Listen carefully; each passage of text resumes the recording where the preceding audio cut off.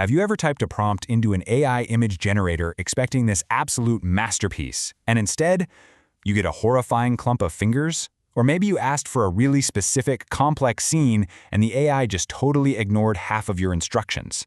Look, we've all been there, and let's be honest, it is incredibly frustrating. You spend 10 minutes crafting the perfect prompt only to get something that literally belongs in a surrealist horror movie. It's the notorious problem of AI just struggling to understand what we humans actually want. But what if the solution to fixing this isn't having exhausted humans grading the AI's homework, but having an even smarter AI do it instead? Welcome to This Explainer. Today, we're diving into a fascinating new research paper called VisionPrefer. Take a look at the sheer contrast here. On the left, we've got your classic AI failure. Those hands are completely tangled, there are way too many fingers, the anatomy is just totally unnatural and frankly a little creepy, right? It's what happens when a machine guesses without really knowing the rules of human biology. But on the right, we have a perfectly rendered set of normal human hands. Getting an AI to reliably move from generating that nightmare on the left to the reality on the right is a massive headache for researchers. It's fundamentally a problem of fidelity and alignment. Basically, how do we make sure the output matches our reality? So, that brings us to the million-dollar question. How exactly do we teach an AI what humans actually want to see? It sounds simple enough, but it's incredibly complex. See, current models are trained on billions of messy, noisy images just scraped off the internet. Technically, they know what a hand is, but they don't inherently understand our human aesthetic preferences, like the fact that we definitely, absolutely do not want 7 fingers, or they don't know basic safety standards unless we explicitly train them to. They have all this raw data, but they completely lack the human context. And teaching them that context? Well, that's where the real challenge begins. So here is our roadmap for this explainer. We'll cover 1. The AI alignment problem. 2. The core AI idea. 3. Building the VisionPrefer dataset. 4. Real-world examples and results. 5. Strengths and key limitations. And finally, 6. Future impact and takeaways. All right, let's jump right into part 1, the AI alignment problem. Traditionally, to teach an image generator what looks good, we rely on humans. This is the old way you see on the left. Researchers generate thousands of images and actually pay humans to sit at a desk and click, "I like image A better than image B." But human annotation is a huge bottleneck. It's painfully slow, it's wildly expensive, and let's face it, humans get tired. After looking at 1,000 slightly different images of cats, your focus completely drops. You get bored. And because of that fatigue, we introduce contradicting biases. My aesthetic preference might totally contradict yours. Now, the proposed way, the real breakthrough in this paper, is swapping out the human for an AI annotator, specifically a highly advanced multimodal large language model, or MLLM, something like GPT-4 Vision. It's lightning fast, infinitely scalable, and relentlessly consistent. Moving on to part 2, the core idea. Okay, if I had to explain this whole concept to a 15-year-old, I'd say it's exactly like teaching a dog new tricks. The image generator is the dog, and to learn it needs treats, positive feedback when it does a good job. In the past, human annotators were the trainers handing out those treats, and frankly, they were getting completely exhausted trying to keep up. This new method just replaces the human trainer with a tireless, hyper-intelligent robot trainer, one that never sleeps, never needs a coffee break, and has read practically everything on the internet about what makes a good picture. Now, the technical term for this approach is reinforcement learning from AI feedback, or RLAIF. Instead of humans ranking images to build a reward model, the researchers use an advanced language model that can actually see things, a multimodal model, to label the preferences. The AI looks at the images, decides which one better aligns with the text prompt, and generates the feedback. That feedback is then used to optimize the image generator so the student learns directly from a master AI. It creates this amazing closed loop of continuous improvement, totally bypassing the human bottleneck. Okay, part 3, building the VisionPrefer dataset.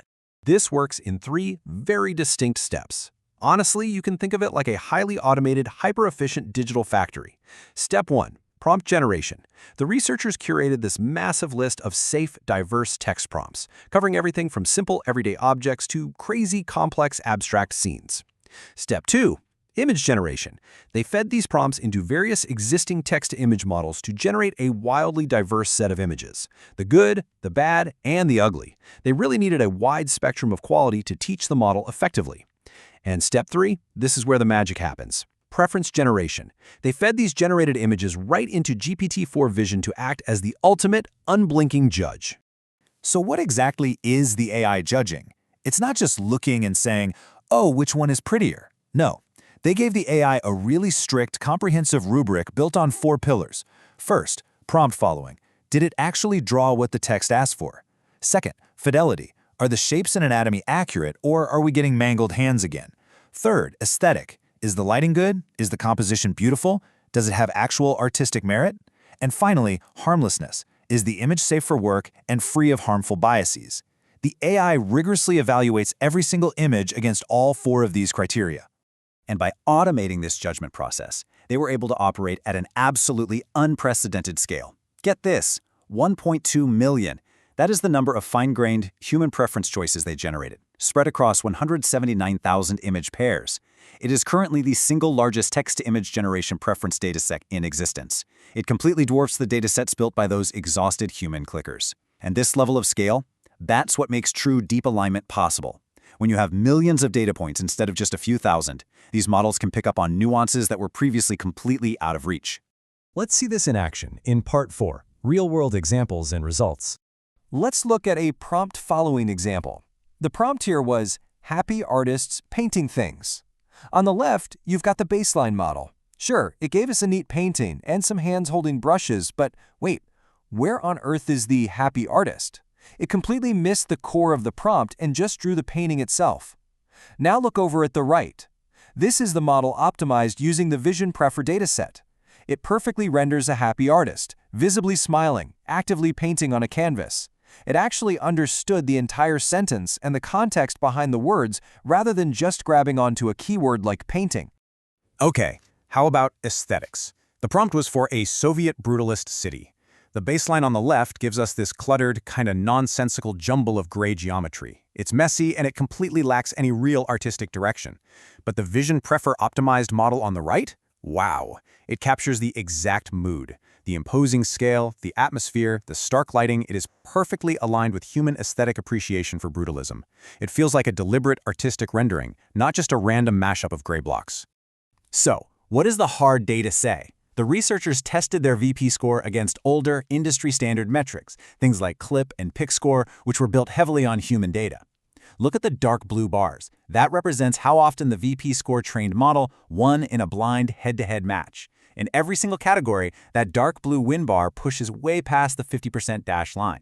Whether it was compared to PIC score, aesthetic predictors, or CLIP models, the AI-trained model came out on top. This wasn't just a marginal victory, guys. It was a comprehensive sweep across multiple benchmarks.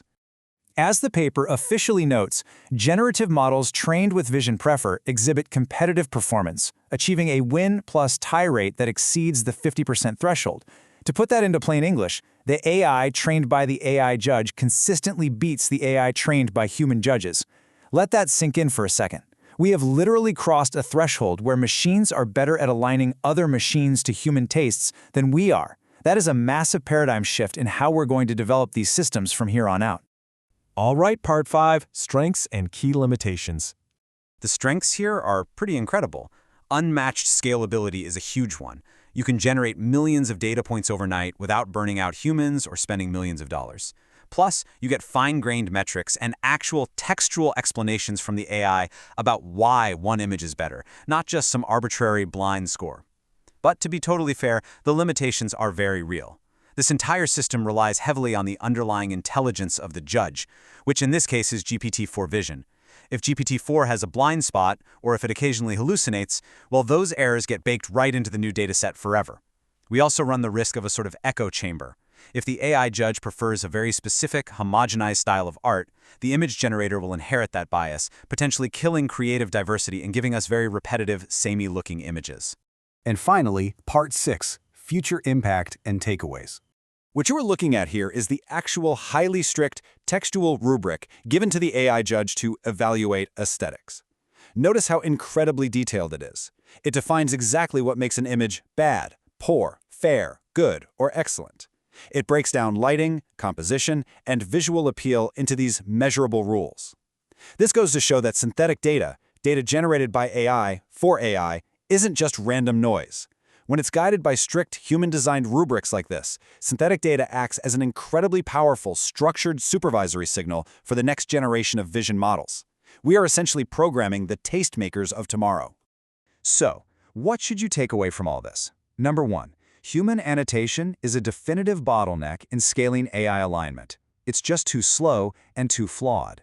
Number 2. Reinforcement learning from AI feedback, RLAIF, is not only possible, it is highly viable and often flat-out superior for training vision models. And number 3, the VisionPrefer dataset has set a completely new standard for scale and detail in AI training data.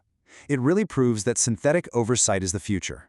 We have essentially moved from humans writing the textbooks for AI to humans simply writing the rubrics for AI and then just letting the machines grade each other. Which leaves us with one final, pretty provocative question to ponder. If AI can successfully train AI to understand human preferences faster and better than we can, what role will humans actually play in the next generation of alignment? Thanks for joining me on this explainer, and keep questioning the data.